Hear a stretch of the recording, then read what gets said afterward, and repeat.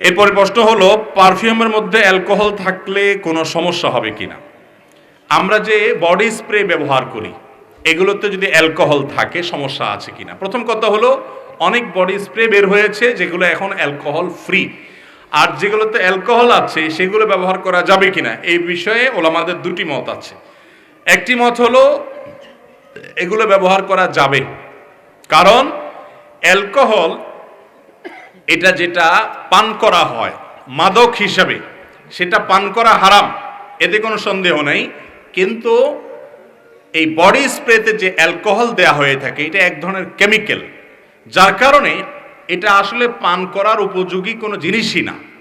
যার কারণে এটা সেই অ্যালকোহল না যে অ্যালকোহল মাদক। এক।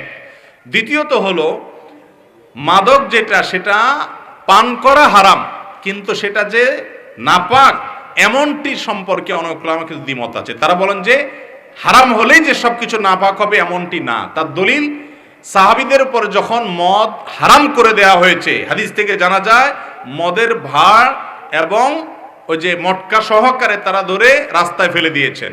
যদি মদ নাপাক হতো তাহলে মুসলমানদের রাস্তায় নাপাক জিনিস সাহাবীরা ফেলতেন না।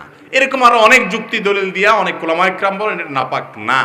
যার কারণে অ্যালকোহল পান করা হারাম, কিন্তু এটা লাগলে যে নাপাক হবে ব্যাপারটা সেরকম না। যার কারণে বডি স্প্রেতে অ্যালকোহল থাকলেও সেটা ব্যবহার করা যাবে এই মত অনুযায়ী। সৌদি আরবের শেখ মোহাম্মদ সালেহ আল মুনাজ্জিদ সহ অন্যান্য স্কলাররা এই মতের সপক্ষে রায় দিয়েছেন। এর বিপরীতে আরেকটা মত হলো সতর্কতামূলক, সেটা হলো অ্যালকোহল যেহেতু বাষ্প হয়ে উড়ে যায়, অতএব বডি স্প্রে ব্যবহার এটা যদি আপনি করেন একান্ত নামাজের ঠিক আগ মুহূর্তে না করে এটা ব্যবহার করার পর একটু গ্যাপ দিয়ে নামাজ পড়বেন যাতে বাষ্প হয়ে চলে যায়, তারপর আপনি নামাজ পড়েন। কথা কি বুঝাতে পারছি? আর অনেক ওলামাদের মতে এটা ব্যবহার করাই উচিত না। অতএব আতর অথবা অ্যালকোহল ফ্রি যে বডি স্প্রে আছে সেগুলো ব্যবহার করবেন, সেটা অধিকতর নিরাপদ এবং সতর্কতামূলক।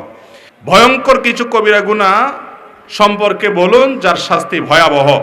কবিরা গুনাহ যেগুলোর শাস্তি ভয়াবহ তার মধ্যে সবচেয়ে বড় কবিরা গুনাহ হলো নামাজ ত্যাগ করা। শিরকের পরে সবচেয়ে বড় কবিরা গুনাহ কি?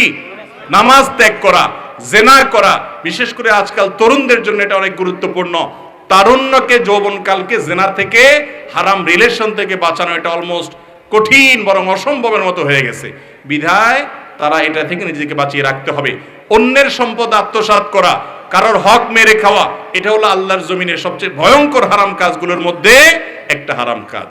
আল্লাহ রাব্বুল আলামিন আমাদের সবাইকে সব ধরনের হারাম কাজ থেকে, সব ধরনের পাপের কাজ থেকে বেঁচে থাকার তৌফিক দান করুন। হাদা ওয়া সাল্লি ওয়া সাল্লিম আলা নবিয়িনা মুহাম্মদ ওয়া জাযাকুমুল্লাহু খায়রা।